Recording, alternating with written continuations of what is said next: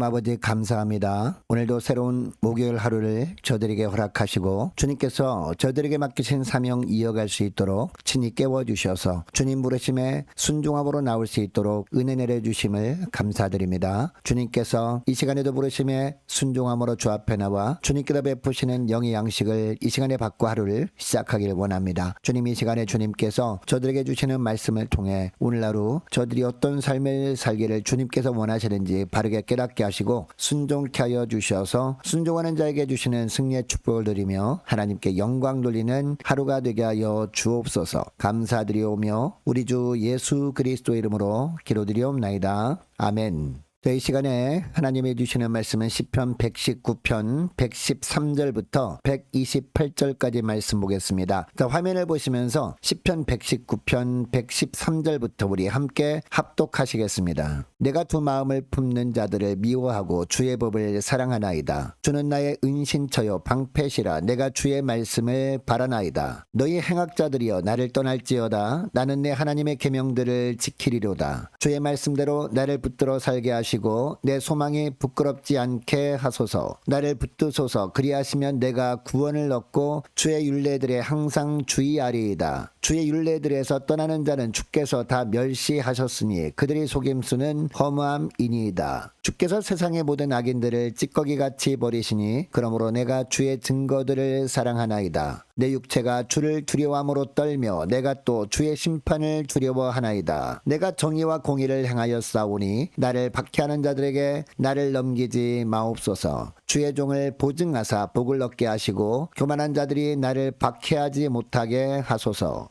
내 눈이 주의 구원과 주의 의로운 말씀을 사모하기에 피곤하니이다. 주의 인자심대로 주의 종에게 행하사 내게 주의 율례들을 가르치소서. 나는 주의 종이오니 나를 깨닫게 하사 주의 증거들을 알게 하소서. 그들이 주의 법을 폐하여 싸우니 지금은 여호와께서 일하실 때니이다. 그러므로 내가 주의 계명들을 금 곧 순금보다 더 사랑하나이다. 그러므로 내가 범사의 모든 주의 법도들을 바르게 여기고 모든 거짓 행위를 미워하나이다. 아멘. 여러분, 이 세상에 있는 대부분의 사람들은 다 자기가 어디로 피할 때 안전할 수 있을까라고 여깁니다. 자, 그런데 이 세상에 그 어디에도 안전한 피난처는 없습니다. 우리의 안전한 피난처는 오직 예수님이라고 성경은 이야기합니다. 그런데 문제는 예수님께서 우리 눈에 보이면 예수님께 피하면 될 텐데 우리 예수님은 오늘날 우리 눈에는 보이지 않지 않습니까? 그러면 어떻게 하는 것이 안전한 피난처인 예수님께 피하는 것이냐? 자, 오늘 말씀해 보니까 다른 것이 아니라 바로 말씀 앞으로 피하는 것이 예수님께 피하는 것이다 라는 이야기를 합니다. 여러분, 요한복음 1장 1절 말씀으로 이런 말씀이 나옵니다. 태초에 말씀이 계시니라. 이 말씀은 곧 하나님이시라. 이 말씀이 하나님과 함께 계셨음에 이 말씀은 곧 하나님이시니라 라고 하고 있습니다. 그리고 14절에 보면 어떤 말씀을 합니까? 말씀이 육신이 되어 우리 안에 거하심에 라는 말씀이 나옵니다. 자, 무슨 얘기냐? 이 땅에 오신 예수님은 곧 하나님의 본체신데 그 하나님의 본체는 곧 말씀이다 라는 겁니다. 그러니까 예수님께 피하는 것은 어떤 것이다? 말씀 앞으로 피하는 것이다 라는 이야기를 하는 겁니다. 말씀의 은혜에 푹 잠겨 사는 것이 가장 안전한 피난처에서 사는 것이다 라는 말씀을 하는 겁니다. 자, 그러니까 예수님께 피한다는 것은 말씀 앞으로 나오는 것이구나 라는 것을 알게 됩니다. 그래서 114절 말씀도 보시기 바랍니다. 주는 나의 뭐라고 합니까? 은신처요 라고 합니다. 그리고 방패시라 라고 하고 있습니다. 내가 주의 말씀을 바라나이다 라고 하고 있습니다. 여러분, 여기서 주의 말씀을 바라나이다 라는 말은요, 말씀의 은혜만을 사모하며 살겠습니다 라는 고백입니다. 그리고 117절 말씀도 보시기 바랍니다. 나를 붙드소서 그리하시면 내가 구원을 얻고 주의 율례들에 항상 주의하리이다 라고 하고 있습니다. 나는 주님의 말씀 앞에 나가서 이 말씀의 은혜 아래 피하겠으니까 말씀을 나에게 풍성하게 베풀어 주셔서 말씀에 붙들려 살게 해달라고, 이래야 내가 안전할 것입니다 라고 고백하고 있는 것이죠. 여러분, 이 본문에 보니까 시편 기자는 하나님을 최고의 피난처로 여기고 있습니다. 그래서 그 주님의 말씀을 통해서만 구원을 얻길 원합니다 이렇게 고백하고 있는 것이죠. 그리고 이 세상에 살면서 매 순간마다 주님의 율례, 즉 말씀에 항상 주의하겠습니다. 그렇게 해야 내 영혼이 안전할 수 있기 때문입니다. 이런 이야기를 하고 있습니다. 말씀의 은혜 아래 날마다 살고 있는지 늘 점검하며 살겠습니다. 이런 고백을 하고 있는 것이죠. 자, 그런데 시편 기자가 이처럼 하나님의 말씀만을 자기 피난처로 삼겠습니다 라고 하는 이유가 있습니다. 그 이유가 뭘까요? 125절 말씀 보니까 자신은 하나님의 소유된 존재이기 때문입니다 라고 고백하고 있어요. 자, 125절 말씀 보시기 바랍니다. 나는 누구라고 고백합니까? 나는 주의 종이오니 나를 깨닫게 하사 라고 하고 있습니다. 자기는 주님께 속한 주님의 종이라는 것을 날마다 깨닫게 해달라고 간구하고 있는 것이죠. 이 구절에 나오는 종은요, 자신의 소유가 없는 존재입니다. 종은 자신의 권리를 주장하지 못하는 존재입니다. 단지 주인이 시키는 대로 그대로 따라야 하는 존재가 바로 종입니다.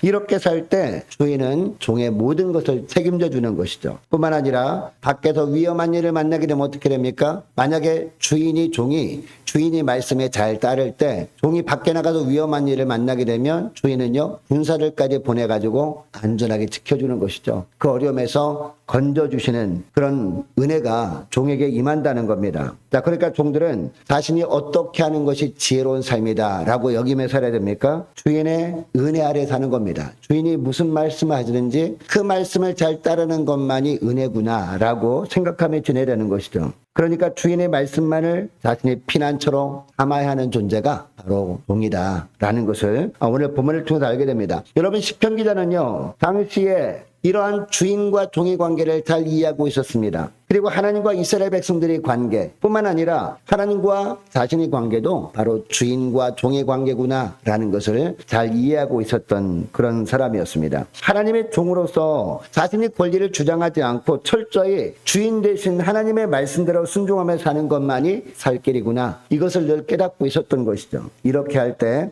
어떤 어려움 가운데서도 염려 없이 살 수 있구나, 이것을 알고 있었던 사람이 바로 시편 기자였습니다. 왜냐? 하나님께 아뢰기만 하면 왜냐하면 하나님께서 달려오셔서 구원의 은혜를 베풀어 주실 것을 알고 있었기 때문입니다. 여러분, 시편기자는 사실 이스라엘의 역사 가운데 이렇게 되어졌던 것들을 익히 들어서 알고 있었습니다. 그러니까 지금 당장은 시련의 기기가 끝나지 않은 것처럼 보입니다. 지금 당장은 계속해서 고난의 시기가 이어지는 것처럼 보입니다. 자, 그러나 주님께서 주님의 때에 주님의 도움의 손길을 통해서 건져주실 것을 믿음으로 바라볼 수 있었던 것이죠. 여러분, 물론 우리들도 마찬가지입니다. 우리가 날마다 겪는 어려운 환경 가운데서도 여전히 우리의 주인은 바로 하나님뿐입니다. 우리 주님께서 날마다 우리에게 말씀을 베풀어 주실 때 여러분, 우리가 하나님의 종들로서 어떻게 하는 것이 지혜입니까? 주님께서 어떤 말씀하셔도 그 말씀에 귀를 기울이는 것이죠. 그리고 그 말씀에 순종해 보는 겁니다. 우리가 100% 순종하지 못한다 할지라도 순종하려고 애를 쓰는 모습을 여러분, 우리 주인 되신 우리 주님께서 보시지 않겠습니까? 말씀에 순종하는 모습을 보시고 나의 종 맞구나 라고 하면서 어떤 고난의 상황 속에서도 주님의 때에 주님의 방법으로 주님께서 달려오셔서 우리를 건져주시려고 하신다는 것이죠. 그래서 우리는 날마다 우리가 염려 없이 살아갈 수 있는 것, 바로 이것이 주님의 종들로서의 삶이라 이 말씀을 하고 있습니다. 여러분, 이것을 우리가 기억할 때 우리는 어떤 삶을 살아야 될까요? 지금 당장은 어려움이 있다 할지라도 시련이 있다 할지라도 이제 주님의 때 주님께서 찾아오셔서 구원의 손길을 내미실 것을 우리가 확신하면서 믿음 붙들고 사는 것, 이것이 중요하다는 겁니다. 여러분, 오늘 말씀을 통해서 나는 하나님의 소유된 존재구나, 나는 하나님의 종이구나 라는 것을 더욱더 확신하면서 오직 주님의 말씀만을 피난처로 삼고 사는 저와 여러분 되시기를 축복합니다. 자, 그러면 하나님의 충성된 종의 특징이 있습니다. 그 특징이 뭐냐? 다른 어떤 것보다도 주님의 말씀만을 더욱 사랑하는 겁니다. 자, 그래서 127절 말씀 보시기 바랍니다. 127절 말씀 보니까 그러므로 내가 주의 계명들을, 그 다음에 뭐가 나옵니까? 금, 곧 순금보다 더 사랑하나이다 라고 하고 있습니다. 여러분이 구절에 보면 주의 계명들을 다른 어떤 것보다도 순금보다도 더 사랑하나이다 이렇게 고백하고 있습니다. 그런데 왜 하필 이 순금보다 더 사랑한다 라는 표현을 쓰고 있을까요? 여러분, 여기 순금이라고 하는 것은요, 이 세상의 사람들이 가장 귀하게 여기는 것들, 모든 것들을 다 상징하는 것을 말합니다. 순금하면 모든 사람들이 이 세상에서 다른 어떤 것보다 이것을 내가 더 사랑해 라고 하는 것, 이게 바로 순금이라는 거죠. 이것들보다 더 무엇을 사랑해야 된다고요? 바로 하나님의 말씀을 사랑하는 것. 이것이 하나님의 충성된 종의 특성이다, 특징이다 이렇게 말씀하고 있는 것이죠. 자, 그러니까 주님을 사랑하는 것을 다른 표현으로 하면 어떻게 표현할 수 있습니까? 주님의 말씀을 사랑하는 것이다. 다른 어떤 것보다도 주님의 말씀을 사랑하는 것이다 라는 것을 우리는 알게 됩니다. 자, 그런데 말씀을 사랑한다는 것은 무슨 의미입니까? 우리가 입술로 고백하는 것도 물론 필요할 수 있습니다. 그러나 입술로 그런 고백을 한다면, 주님의 말씀을 내가 순금보다 더 사랑합니다 라고 고백을 했다면 그 다음에 어떤 삶을 사는 것이 정말 주님 보실 때 하나님의 충성된 종이라고 하실까요? 우리가 어떤 일이 있습니다. 그런데 주님의 말씀이 임했습니다. 그러면 그 일이 내가 생각하기에 너무나 중요해 보이는 일이 할지라도 주님의 말씀에 순종하는 것을 더 우선순위로 삼는 겁니다. 이게 바로 주님의 말씀을 더 사랑하는 것이죠. 이것을 주님께서 다 보시는 것입니다. 자, 그래서 시편 기자도 126절 말씀 보시기 바랍니다. 그들이 주의 법을 폐하여 싸우니 지금은 여호와께서 일하실 때니이다 라고 하고 있습니다. 여러분, 여기에 그들이 주의 법을 폐하여 싸우니 라는 것은 무슨 이야기냐? 어떤 사람들은요, 주님의 말씀을 더 사랑합니다라고 고백은 한 겁니다. 고백은 했는데 그들이 살아가는 모습을 보니까 자기들이 생각하기에 우선해야 될 것을 먼저 하면서 주님의 말씀에 순종하는 것을 잃어버린 겁니다. 이런 사람들을 가리켜서 그들은 주의 법을 폐하사오니 이렇게 하고 있는 겁니다. 그러나 지금은 여호와께서 일하실 때니다 라는 것은 무슨 얘기냐? 다른 사람 다 하나님보다 자기를 먼저 생각하며 살아도 주님께서 저에게 은혜를 베풀어 주셔서 저만큼은 저렇게 살지 않게 해달라고, 제가 주님의 말씀을 금보다 더 사랑합니다라고 고백했다면 정말 그렇게 살아갈 수 있도록 저희 마음을 붙들어 주옵소서, 이렇게 간구하는 것입니다. 어떤 환경 속에서도 주의 말씀을 먼저 듣겠습니다, 주의 말씀을 먼저 따르겠사오니 다른 것들은 하나님께서 책임져 주옵소서. 말씀을 따름으로 말미암아 내가 생각하기에 우선해야 될 것들이라고 여기던 것들을 나중으로 미룬다 할지라도 그것들을 주님께서 책임져 주옵소서, 이렇게 간구하는 것이죠. 이런 기도를 드리고 있는 겁니다. 주님을 사랑한다면 부득이한 상황이 있다 할지라도 주님의 말씀에 순종하는 것을 무엇보다 먼저 해야 된다라는 것을 보여주는 것입니다. 여러분 이것을 기억하시고 무엇보다 여러분 주님의 말씀을 순금보다 사랑한다면 이 세상에 그 어떤 것보다도 더 사랑한다면 그 어떤 것보다도 주님의 말씀에 순종하는 것을 우선하며 살아가시는 저와 여러분 되시기를 축복합니다. 자, 오늘 말씀을 기억하고 이 시간에 함께 기도하기를 원하는 것은요. 이렇게 기도했으면 좋겠습니다. 하나님, 저희들 무엇보다 하나님의 소유된 존재라는 것을 다시 한번 기억하기를 원합니다. 하나님 무엇보다도 하나님의 종된 존재가 바로 저들이라는 것을 늘 잊지 않게 하시고 하나님의 종된 존재들로서 하나님의 은혜 아래만 거할 수 있도록 도와주옵소서. 하나님, 이 세상에 그 어떤 것도 우리의 피난처가 되어줄 수 없습니다. 오직 주님의 말씀만이 저들의 안전한 피난처라는 것을 기억하고 늘 말씀의 은혜에 젖어 살아갈 수 있도록 도와달라고 함께 기도하기를 원하고요. 하나님의 충성된 종들로서 주님만을 사랑하고 무엇보다 말씀을 가장 사랑하며 살아가는, 그리고 그 말씀에 순종하는 것을 무엇보다 가장 우선하며 살아가는 복된 저희를 되기를 원합니다. 간절히 기도했으면 좋겠습니다. 계속해서 기도하기를 원하는 것은 오늘 목요일입니다. 목요 전도단 위해서 함께 기도하기를 원하고 모든 구역 식구들과 자녀들을 위해서 이 시간에 함께 기도하기를 원합니다. 올해 세워진 일꾼들을 위해서, 교회 재정을 위해서, 유초등부 중고등부 청년부를 위해서, 남녀 전도회와 각 구역을 위해서, 또한 많은 환우들을 위해서, 취업을 앞둔 청년들을 위해서, 선교사님들 가정들과 나라와 민족을 지켜주시도록 함께 기도하기를 원하고, 교회 앞날을 위해서 저와 여러분이 가지고 나온 기도 제목을 놓고 우리 함께 이 시간에 기도하기를 원합니다. 기도하겠습니다.